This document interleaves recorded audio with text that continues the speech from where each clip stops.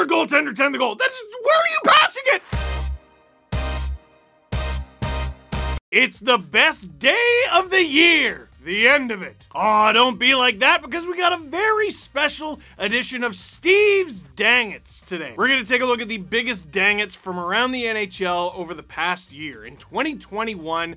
But if you're new here, what is a danget? It's just things that make you say dang it. You might call them bloopers, but that would be way too simplistic. A dang it can be a blooper, but it's also the extraordinarily bad, the extraordinarily unusual, and the extraordinarily, if you're a goaltender, tend the goal! Producer Drew hooked us up with a list of 14.5 plays. You'll see why when we get to the end of it. But that is exactly where we're gonna start. Play number 14 is a recent one.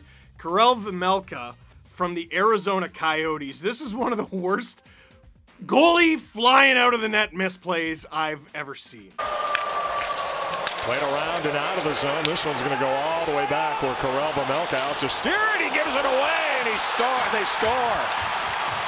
Karel Vejmelka tried to send a pass across and it's picked and the Flyers have taken the lead.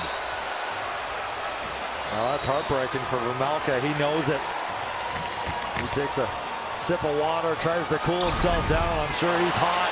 Comes out, just mismanages the puck, fans on as he tries to go back against the grain, and that's like a quarterback. You never one-time a puck. Okay, so I know some goalies get upset because after all, being a goalie's hard. Did you see that video of me at Jeff Merrick's outdoor rink where David Ayers took shots on me? Yeah, that was tough and terrifying. But goalies, very often when they play the puck or they leave their net to play the puck, they're doing it to help. And what stands out positively are the outliers, the Marty Turcos, the Marty Brodeurs, the Martys kind of cornered the market on goalies who can play the puck. But the thing with Marty Turco and Marty Brodeur is those are two guys! And most goalies are extraordinarily not either of those two. Vejmelka here, what's he doing? Running one direction, passing the other. That's the most difficult pass. In football, hockey's no different. That is an absolute gift. You can kind of see what he's going for, but there's no scenario where this is like a high percentage play, like where it's the smart move. And it doesn't help that he whiffs on it, which results in a dang it. Number 13 on our list, Adam Larson, who is currently with the Seattle Kraken, a team that did not exist when this dang it happened. But Larson was given the honor of being able to score against the Edmonton Oilers before he even left them. 5 into the second period as McDavid walks in. Tried to center and Brady Tkachuk ate that one up. Lofted ahead, reeled in Dadonov. Larson back, quick shot, score! Dadonov just underneath the bar. His second goal of the year, 1-0 Ottawa. Well, I'll tell you, a little lob pass by Brady Tkachuk right on the money for Dadonov. And I don't know if this is whacked in by Larson or not, but the reaction afterwards by Dadonov tells me that this was a fluky one. And he's in the race, he's right there. Larson does a good job to come down, but at the last second, I think it might be Larson that digs in there trying to clear this puck away, and he just kind of slaps at the puck and chops it up over top of his own goaltender's shoulder, and that's the reaction right there by Dadonov. Hasn't been a great start for him. He's been pointless in his last 3. I mean, credit where credit's due. That's a great shot. I know if you're a goaltender, tend the goal, but if you're a defender, shoot the other way. Like, it's another situation, again, the best of intentions, just trying to break up a play, trying to make his goalie's life easier, but instead, he roofs it on Mike Smith. You know what? If you're going to score an own goal, you might as well make it a good one. That is a dang it. Number 12 on our dang it's list, and you're going to notice that a lot of these are actually from the 2021 playoffs. The reason for that being, the higher the stakes, the bigger the dang it. And it's Washington Capitals against the Boston Bruins. Ilya Samsonov, young goalie for the Capitals, is playing an amazing game, but in overtime, oh boy. Schultz in hesitation, allowing Smith to take the puck, and he scores! Greg Smith, Game 3, double overtime winner for the Boston Bruins. They lead the series 2-1.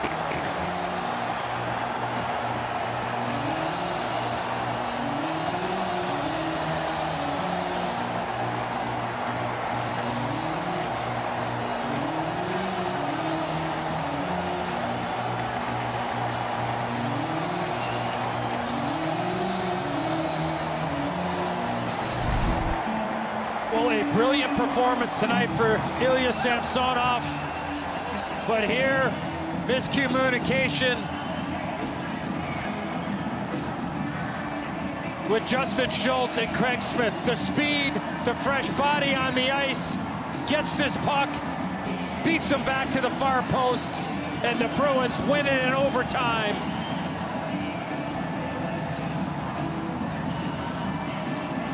Number 2.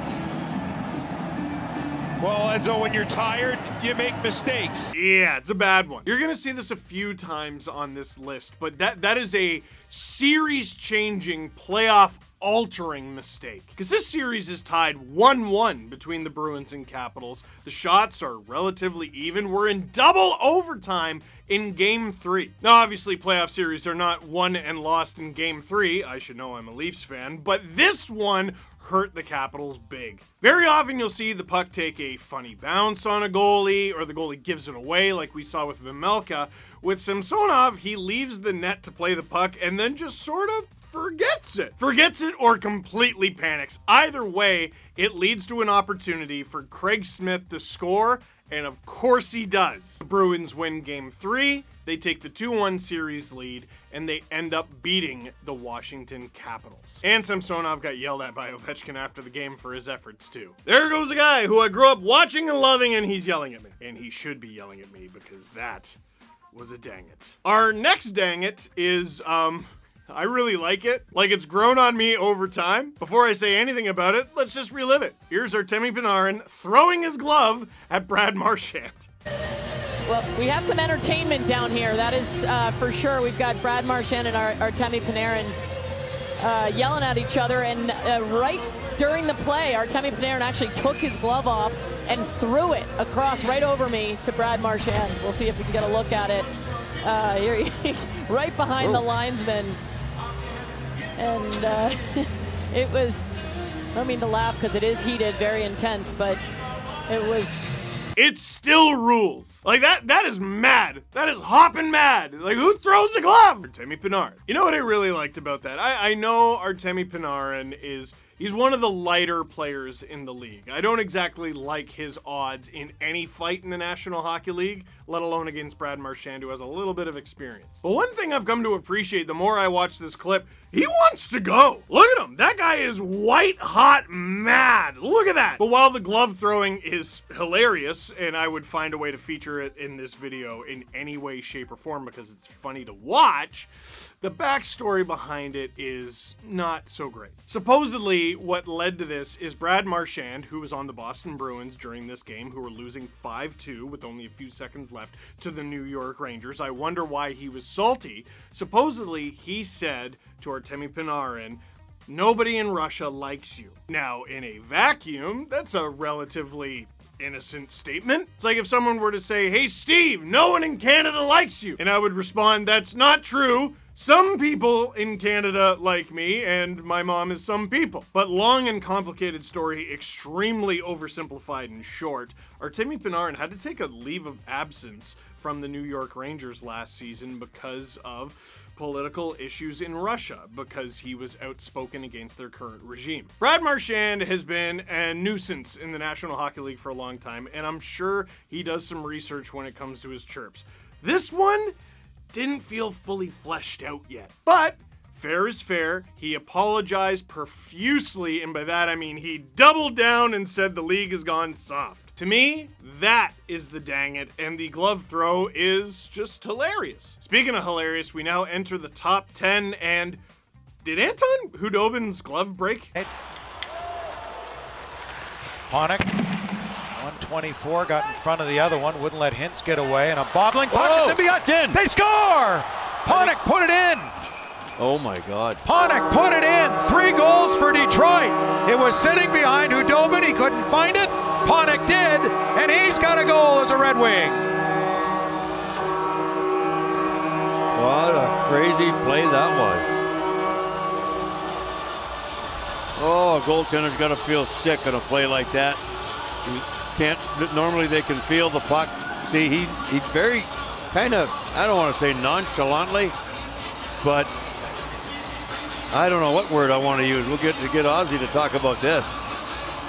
he just seemed to play it so casual. Casual is the word I'm going to use. And it dropped through him. No, but like, really, did that go through his glove? This to me is a great example of sometimes, if you're a goaltender, tending the goal doesn't even always work. Poor Hudobin. A bad period goes worse. The Red Wings already up 2-0, but 2-goal deficit heading into the second period. You can survive that. But with mere seconds remaining in the first period, the Red Wings go up 3-0 because I think it went through his glove. I really do. The Red Wings capitalize, and oof, Maroon. That's a dang it. Our next dang it, I don't know if we've ever done this. Our next dang it features a currently retired player. And this is yet another example of sometimes when you're a goaltender, tending the goal doesn't always work. But more importantly, if you're thinking of New Year's resolutions, communication is key. So without further delay, here's 3 Ducks quacking up.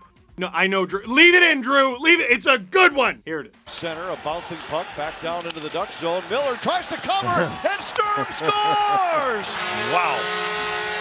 Wow. Bukestad making a play just to relieve pressure and also to get a line change.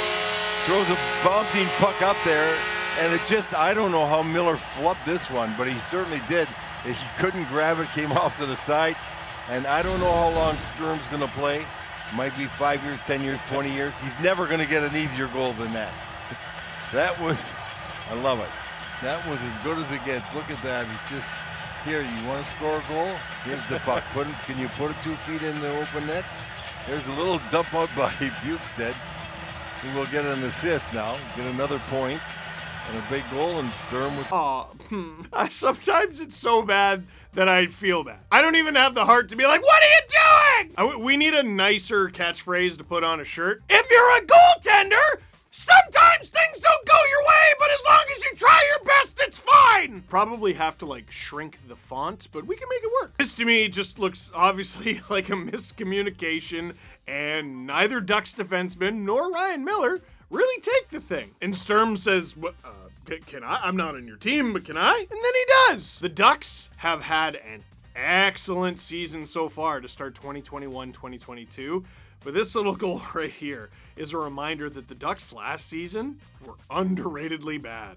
That is a dang it. At number 8, we get back into the really consequential playoff dang it's. Okay, you're looking for a right-handed one-timer. A guy who can't miss. And I'm talking just right-handed here. Like, what's the Mount Rushmore in the NHL for that right now? Off the top of my head, I'm sure I'm gonna miss some, but Alex Ovechkin, Steven Stamkos, Patrick Laine should probably be on there, and David Pastrnak. First period, not long before intermission, 0-0 tie, Bruins up 2-1 in the series. Pastrnak somehow misses this. The red eye. Here's Marchand. Feeds it across. Bergeron walking in. Oh! Pastrnak had a wide open net, and he put it right off the post. In some weird way, maybe the hockey gods are saying to Varlamov, you know, the bad one goes in, but we're going to give you this one because this is a gifted goal scorer who one-times pucks incredibly well, and if the Bruins were to not win this game by a goal or stay in this game, he's going to see this for a while. This is a clear open net like you've never seen one. What a play by Bergeron. He has 4 Islanders all on one side, and nobody's taken Pastrnak. How? If you gave him all day in practice with a left-handed stick, I don't think he pulls that off again. You know how Patrick Roy used to thank his goalposts? That was a thing. That was a real thing. He would verbally thank his goalposts. And supposedly, sometimes when a goal went in, he would scold them. I choose to believe that one's true because it's just funny to picture. I think Varlamov was saying a couple spasibas to his goalposts after that one. It's thank you in Russian, you see. I know words, like 6. Most of them I can't say. I don't want to get demonetized, and we'll talk about that later too. But you talk about consequential misses. Remember I said the Bruins were up 2-1 in the series over the New York Islanders. The Islanders would go on to win this game and then the entire series over the Boston Bruins en route to a second consecutive conference final appearance against the Tampa Bay Lightning. If you watched my hat picks of the year video, which you can watch here on the Sportsnet YouTube channel, we just uploaded it yesterday, you'll know that I considered the New York Islanders, the 2020 season, 2021, they are arguably the second best team over those 2 years. The reason I say that is the team that knocked them out both times was the Tampa Bay Lightning, and the Islanders pushed them basically to the brink both times. It was Game 7 by 1 goal last year. They got shut out by Vasilevsky in an elimination game, and they don't even get to feel bad about that because he did that to everybody. But the Islanders, last year's playoffs especially, had some luck along the way. How this one didn't go in, I'll never know. And it changed the course of the entire playoffs. That miss right there, for a guy who doesn't miss often, that is a huge and consequential dang it. Number 7, another goalie. I'm amazed how many plays in this list are goaltenders tending the goal and not doing so great. Here is Connor Hellebuyck. Manitoba Capital, period 2 is underway. Rick Ball, Kelly Rudy with you in the broadcast booth. And they score right from center ice. Wow, what a start to the period for the Flames. A seeing eye shot from center ice finds its way underneath Hellebuyck, and it's a 1-goal hockey game. Well, I don't care who you are and how accomplished, at some point in your career, you're going to give up a stinker like this. And that's what Hellebuyck has done. Now, spoken like a man who's experienced. Oh, absolutely. I've let in enough of these. And there's the shot, and it is just bouncing. I'll tell you one thing, though. Hellebuyck is too deep. He's got to be at least the top of the crease. Hella dang it. Okay, so some of these from 2021 go all the way back to last season when there were no fans in the building, which we are apparently returning to in some places, and I don't want to talk about it. This video was meant to be an escape. Hey, remember last year when this happened, the only time? In the hat picks of the year video, I was talking about an amazing goal. I won't spoil it, but there was an amazing goal, and it was scored in front of a building full of nobody. And I was talking about how great it would have been to have fans in the building for that goal. But I gotta say, not having fans in the building for this goal makes it better. Dude, the Flames score from center ice on like one of the top 3 goalies year in and year out in the National Hockey League. Definitely top 5. Please try to name 4 goalies who are consistently better than Hellebuyck. Yeah, I know. So, producer Drew just shouted Kemper. Okay, Avalanche fan. But not having any fans in the building for this is hilarious. Here, show it again. Just bask in it. Manitoba Capital, period 2 is underway. Rick Ball, Kelly Rudy with you in the broadcast booth. And they score right from center ice. That's agony, and I love it. Sorry, Connor. That one is a dang it. So, that was dang it number 7 on our list. Naturally, you would think that our next dang it is number 6. You would be wrong. This is number 6.5. It's Brendan Lemieux repeatedly, probably repeatedly, biting Brady Tkachuk. Oh, we're not going to show it. Here's why we're not going to show it. We already featured it in a Dang It's video when the bite, at very minimum 1 bite, happened. And the video got age restricted. So you had to be 18 and up to watch it. I'm sure it screwed up our monetization as well. So we're not going to show it to you. We'll link to it. You can go and watch it. It's on our YouTube channel.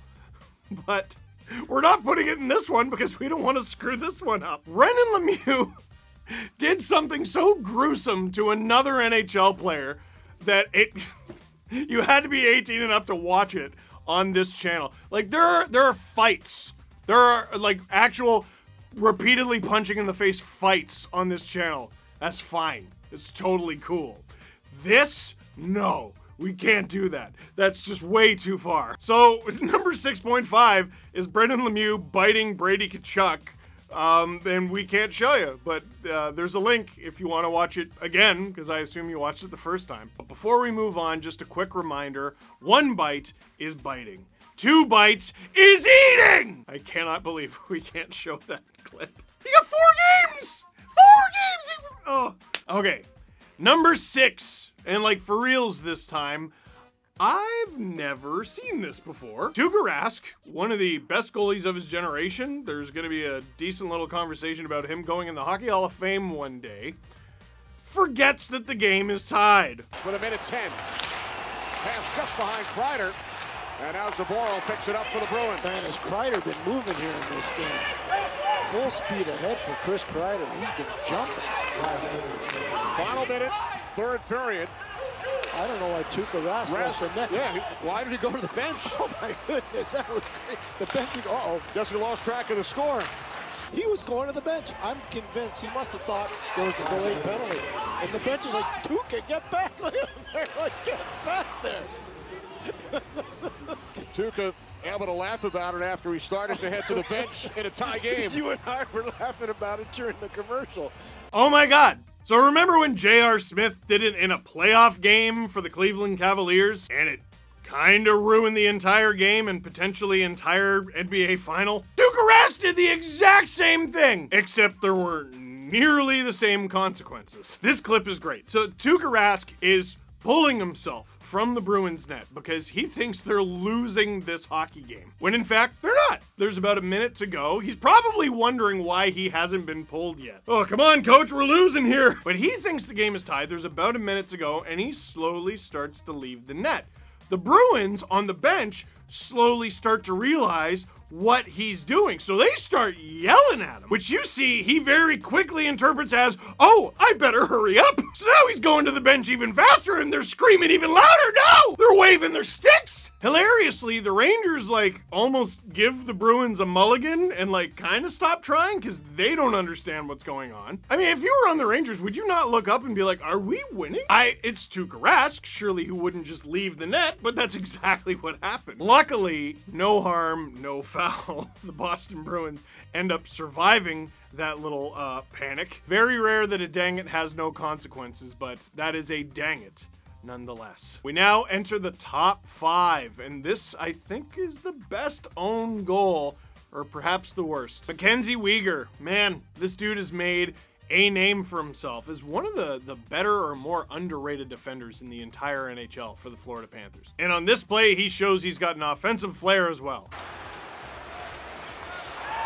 Wieger gets checked. Oh, and then it trickles in. Try to pass that bounces by Knight. And Dallas is within one again. A bad break for the Panthers there. And the pressure by the Dallas Stars. And I don't believe that Wieger thought that he was in that much pressure. And also, that's up to Forsling to let him know. Right here, let him know he's got to move that puck. All of a sudden, Wieger comes back, and the next thing you know, he slaps at it to get it out of trouble. It goes off of Forsling, and Knight just opened up his leg enough. Ah, the beautiful game. So much of hockey, I mean, the puck is rubber.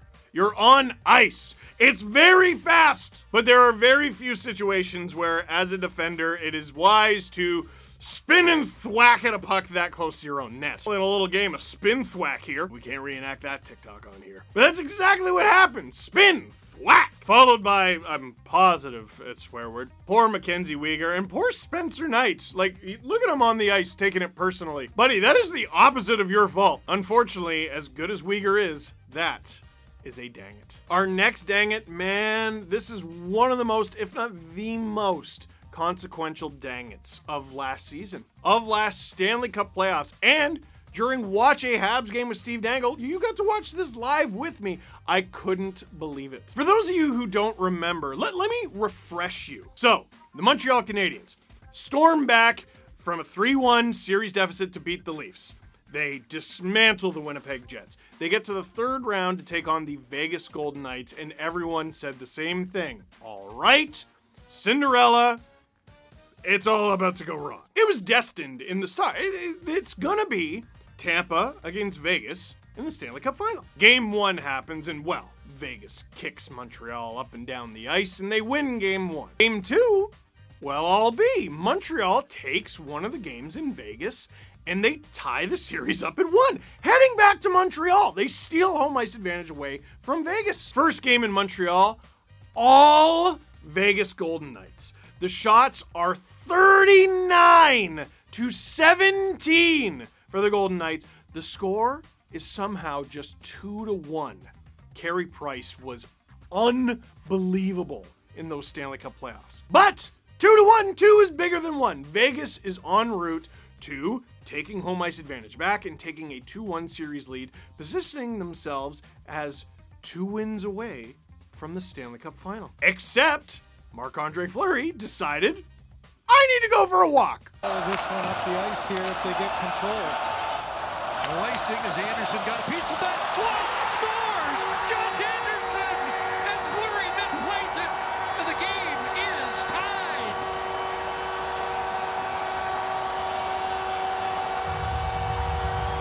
That response by Fleury says it all, doesn't it? You need a break sometimes, and Josh Anderson, who's just been snake bit, been a tough task for him. He hasn't had a point in the last 12 games, and he gets a gift. It gets tipped right here, so it's not icing. So Fleury comes out to play, bobbles it. Hasn't been a busy night for Fleury, and there has trouble with it. Anderson goes to the front of the net, and you know, there's moments you just need a break. Tried to backhand it down into the corner, hit his left skate right out in front, and the frustration's there. But the 3,500 here at the Bell Center have something to stand up for, and we got ourselves a tie. Off the giveaway, Marc-Andre Fleury gifts Josh Anderson a wide open net for the Habs' 18th shot of the game. Still less than half the shots the Vegas Golden Knights have, and they tie the thing up, sending the game to overtime. Vegas leaves the door open. What happens? Montreal wins in front of their home crowd and really never looked back. They beat the Vegas Golden Knights and punched their ticket to the 2021 Stanley Cup Final. Magical run for Montreal, but for Marc-Andre Fleury, oh my goodness, the potential the Vegas Golden Knights had, that is a dang it. Our next dang it, this, believe it or not, is not the worst one from a goalie. We're still getting there, but it is the bronze medal. Here's Dave Riddick allowing a really bad goal and then doing something that nobody should ever do. Puck steered out to center ice. Blasted back in on goal, they score! A sneaky shot from center fools David Riddick, and it's 4-1 Ottawa. And this long shot, I'm not sure how it gets in. It appears that, does it hit the Flames defenseman? Looked like it might have hit the player up high. Very difficult to, yeah. That was also the old pretend you're going to fire it around the boards and then shoot it on net trick. Okay, well, so there's the goal. This game is bad. It's not going fun for the Calgary Flames at all. They're taking on the Ottawa Senators. It's less than halfway through regulation. The score is 3-1, and the Flames are fortunate that it's 3-1 because the shots are 19-6 for the Sens. Shot number 20 of the game is Eric Brandstrom from just over the center ice line, and it somehow beats Dave Riddick. That is a dang it. Oh, there's more? Oh, there's more. And that would be the end of the night for Riddick, although I'm not a fan of this move right here. He's disappointed with himself, and you do not need to headbutt the door. I don't know what to say. Don't do that. You know what? Don't ever say Big Save Dave doesn't want to win. Like with all this Olympic talk recently, there are players willing to sacrifice hundreds of thousands, if not millions of dollars to risk going to the Olympics. And you're like, why would they want to do that? Well, it's because they want to win so bad. And sometimes they want to win so bad that when they don't do so well, they, you know, headbutt the door. And I'm here to say, don't. Do not. That goal and that door headbutt are a dang it. Dang it number 2. This is probably the most difficult one to explain. And it sucks because I feel like I have to explain it to you before you even watch it so that you know what's going on, because the NHL very did not know what was going on. All right, first things first. It's Carolina Hurricanes taking on the Columbus Blue Jackets. The Carolina Hurricanes are pressing. They're about to score. And then they do. Oh, but don't worry. The Columbus Blue Jackets are challenging for offside, a thing that teams usually only do when they're very confident about it. The reason you gotta be very confident about it is if you get the offside review wrong, you get a 2-minute penalty against. So you've just allowed a goal and you're about to go on the penalty kill. Here's the thing. This is offside. Like, look at it. It's clear as day it's offside. And this is offside under the old rules too. Like, this wasn't even the the blue line goes up to the ceiling. This is just very obvious. He's offside. Can't do that. No goal. So naturally, they decide. After reviewing the play, the call on the ice will stand. We have a goal. Columbus will be charged with a 2-minute minor penalty for delayed game. Huh? So the offside goal that was definitely offside is called a goal. So now Carolina, in a game that was tied, takes the lead. Columbus falls behind. And Columbus, to end the second period and begin the third, if they're lucky, head to the penalty kill. Now, we didn't know this at the time, but we know now because of all the retrospectives that happen on this, but there was an error of communication in the NHL war room in Toronto, everyone likes to say. The super oversimplified version of it is some guy was like, yep, it's a goal. And the NHL went, okay. And then when it was already way too late, they went, no, no, no, no, no, no. But it was too late. Knowing that they made a mistake, they decide at intermission, hey, we're gonna take that penalty away because you were right. They explained this to John Tortorella. And John Tortorella said, oh, okay, so like you're making it right. And they go, you got it. And he goes, so like, are they gonna take away the goal? And they respond, no, the goal stays. You just don't have to kill a penalty anymore. And I gotta say, I've given John Tortorella a lot of criticism recently, you know, the whole telling Connor McDavid just shut up and everything.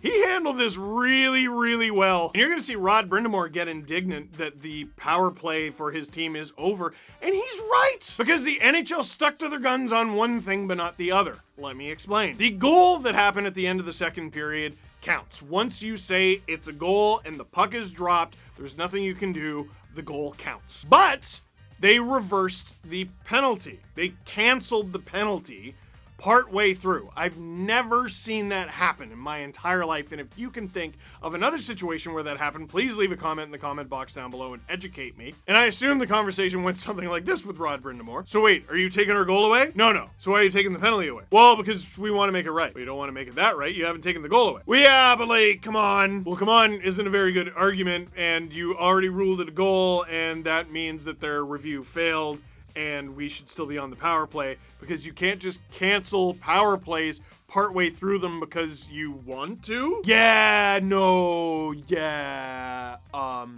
already did. And that's that then. How do they begin every shift in the NHL war room? Play Benny Hill on Spotify. Okay, Drew, don't play that because we're gonna get demonetized again, but that actually works. That's how I choose to believe they start and end every shift. The goal stands.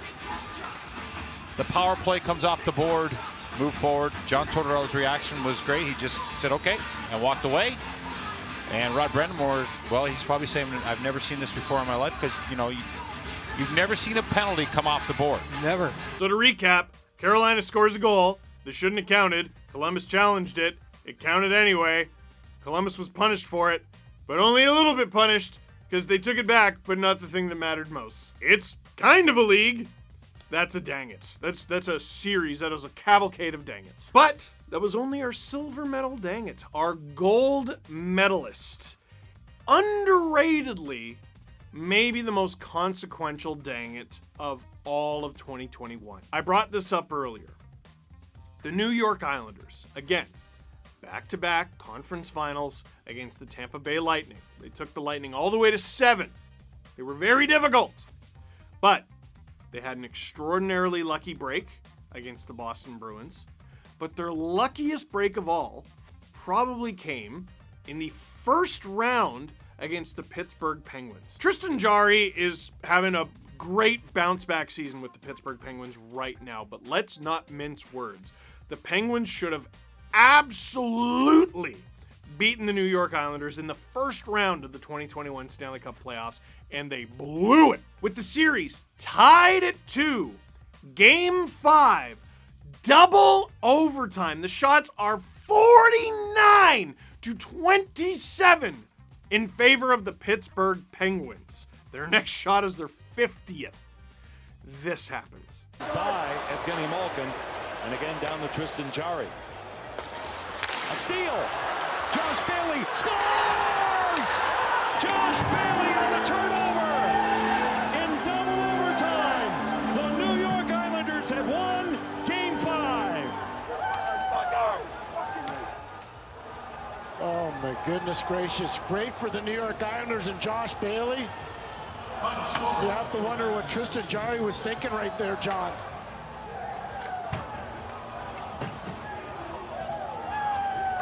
"51 seconds. They call it sudden death. That's sudden victory. I mean, that's just unbelievable for Tristan Jarry, and unbelievable good fortune for Bailey. Josh Bailey, his third goal of the playoffs. What a night for Ilya Sorokin. And again, 51 seconds into the second overtime. And the New York Islanders win game number 5, 3-2, and lead the series by 1. So the puck's going to come all the way down. Jarry's going to come out and play it. He said, okay, I'm going to play. No, you can't do that. I don't know if he didn't see Josh Bailey or not, but nonetheless, he put it right on his tape. And he's just coming right down Main Street. Pump fake, gets him down, and then just puts it up and over the exposed glove hand again, John. Dude, if you're a goaltender, tend the goal! That's not even if you're a goaltender, tend the goal. That's where are you passing it? I get the goalies, they want to help. They really do. In video games, what's more fun than a goalie assist? The answer is a goalie goal, but they're really difficult. And you certainly don't try them in a tied playoff game! The behind the net cam is even worse. Where is this going? Who's this going to? You tell me. Where is this going, Tristan? He completely gives it away. The New York Islanders, who, if you give them an inch, they take a mile, capitalize. Josh Bailey scores, double overtime hero, and they take the 3-2 series lead back home to Long Island, where they finish the series off. This home game for the Pittsburgh Penguins, they nearly double up the New York Islanders in shots heading into double OT. It is a miracle this game is not over yet. The Penguins should have been able to finish this one off and head back into the Islanders' home arena with a 3-2 series lead, and then who knows what happens? Who knows what that does to the rest of the playoff picture?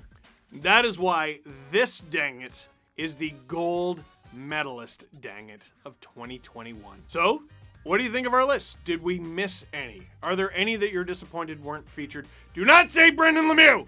We already talked about it! Leave a comment in the comment box down below. I'm sure you already have. You're at like number 12. You're like, why hasn't this been in it yet? Wait till the end of the video! I digress. That is it for this year's edition of Steve's Dang It's. Thank you very much for watching. Click like if you like this video. Click subscribe if you really liked it. Tell all your friends. I'll tell you because you're my friend. Thank you so much for watching this season, this year. We've spent a lot of time together, and I think we kind of needed it. I'm glad that we could laugh a little together because, after all, sports are fun. Let's not take this too seriously, because if we do, that's a dang it.